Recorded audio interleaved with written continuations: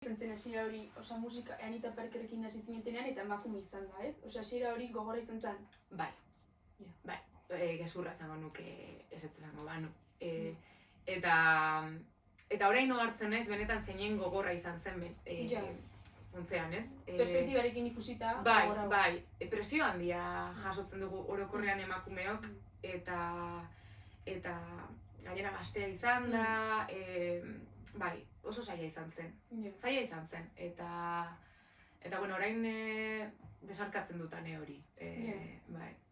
Eta sartu zinenetik, osea, Anita Parkerrekin hasi zinenetik, orain zauden momentura ikusi duzu aldaketa bat emakumeen egoera musika industrian badagoela, egon dela? Ez. Edo berdin jarraitzen da. A ber, ari gara hitz egiten orain dela 5 urteko edo 4 urteko kontu batetaz. Ez da aldatu. Eta, bueno, a ber, bidean gaude edo, ez, baina nik ikusten dut oraindik daudela gauza guztia daude mahai gainean, ematen du aurrera pausoak emate ditugula, baina gero ez da benetan ematen pausurik. Igual itxuraz bai, baina gauza asko daude aldatzeko, eta oraindik zenbat eta zenbat gauza aguantatu behar ditugun holtza gainean eta kanpoan, eta askotan ematen du eraso horiek, ez? Batzuetan berba erasoak direnak edo ez direnak izan behar fisikoak izan nahi dut, ez? Beti datoz kanpotik eta ez datoz beti kanpotik. Batzutan etxean duzkago. Hori da. Eta datoz miretzi eta maite ditugun pertsonen gandik ere bai. Eta inguruko pertsonen gandik. Eta hori errealitate bat da. Eta hori azken ere bai igual kanpoko batek egite baina gogorragoa. Askoz gogorragoa eta onartzea eta aurre egitea eta salatzea askoz ere zailagoa da.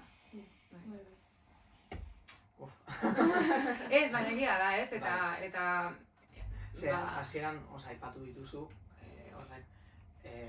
adibidez ze jarrera ziren edo ze... A ber, eta dira, baina... Eta dira hori. Baina, ezke era guztietakoak, ez da, igual, orain, ez dut meloi bat zabalduko, zen dut daude 1000 meloi honen ingura zabaltzeko. Baina... Eske batzutan bada beharrezkoa. Bai. Bestela, inork ez ditu irekitzen eta klaro. Ez da asko... Argi dago. Nik uste oso gitxi hitz egin dela, inguruan, oso izkutuan dagoen. Oso gutxi. Baina horretarako saio asko beharko genituzke, hori izan nahi dut, ez? Eta meloi bakoitzak behar du, ez dakit zenbat denbora hitz egiteko, eta bar. Baina ohikoenak eta agerian daudenak eta segurazki mundu guztiak ezagutzen dituenak dira, esate baterako lehengo egunean, non izan zen, Ondarroako kontzertuan, Moskor zeuden 4 orangutan nire aurrean, kontzertu osoan aguantatu behar izan nituen, hori, egoera desoroso batean eta erasotzen ari ziren begiradekin, keinuekin, badakizu ez? Kasi ukitzen eta batzuetan, kasi... Agresiboa dela. Eta zaudela eroso. Eta ez dakazula zerten hori izan. Eta ez daukazula ez holtza gainean eta ez kanpoan. Baina batzuetan pentsatzen dugu holtzak ematen dizula beste, zekin dola esan, segurtasun bat, botere bat.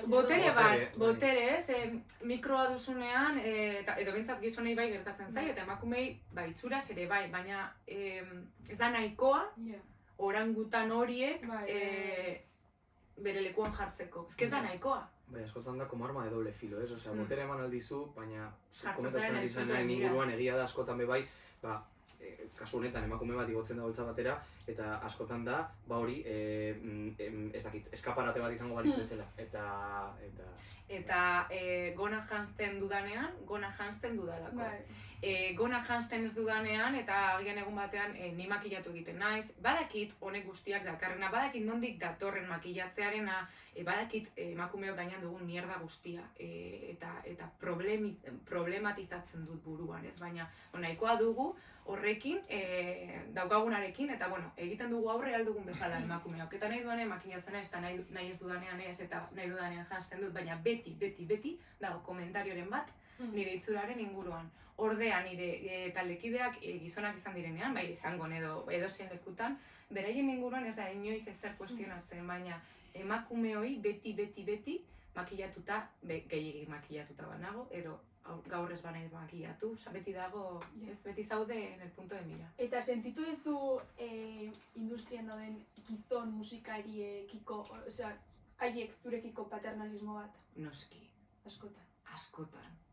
Eta niri ez galdetzea zuzenean. En plan de nola nahi dudan ahotsa edo ez dakit zer eta zuzenean jo taldeko gizonaren gana eta nik zerbait ezan eta si eta joan galdetzera gizonari, pero esto de verdad así. Osea, hori gertatu izan zait. Eta ni justo naiz bereziki aditua soinu kontuetan eta barre, eta kontziente naiz, baina gauza batzuk kontrolatzen dituzunean edo pertsona horrek ez du zertan jakin nik ez dakidala asko gai honen inguruan, ez? Eta beti jotzen da gizona den taldekidearen gana. Hala da, bai. Zabaltzen duzue baita ere, ez? Anita Parkerren azkenengo diskan, badituzue kantak Orfidal, adibidez, ez? Bai, hori, hori lehengoa zen, bai, aurrekoa da. Bai, azkenengo diska bada, baditugu, bai. Zein da, singela edo, gehien entzun dana Maurizia eta... Bai, ikuste zinaken hitz egiten dugu historiako emakume batzuen inguruan. Lau dira eta noski, baina, batzuen inguruan, baina denen izenean edo, ez? Eta gero adibidez, badago beste bat, aizu, eski, karo, izenak gero aldatu egiten ditugu, zuen bili ditzutzen da, hor ere, babosoen inguruan hitz egiten dugu. Azkenean, zuk ere, suposatzen lan ingo zula, gure bizipenetatik idazten dugu, ez? Eta konposatzen dugu, eta kontatzen dugu, gertatzen zaiguna, eta orduan emakume garen honetatik, kontatzen dugu askotan emakume hoi gertatzen zaigun hori. Eta asko esate didate, pues todas las canciones hablan sobre... No, es que hablan sobre mi problemática. Sentitzen baldin baduzu hori, eta sentitu behar baldin baduzu hori, egunero, eske nola ez diozu abestuko, osea, ez dakit. Noiz bait emondotzu elotza, adibidez letra bat idazten esan da, igual hau ez du jarriko, pertsonalia da, edo lakorik. Askotan. Osea, autozentzuratu zarete. Ze gaietan. Nik pertsona askoren inguruan hitz egite, adibidez, askotan letrat idazten egon naiz eta batean, como me gustaría, hemen, esaldi honetan, ez? Guk adibidez sartzen ditugu askotan, ditzen ditugunak punchline, ez? Dala, la frase más importante del verso edo ez dakit.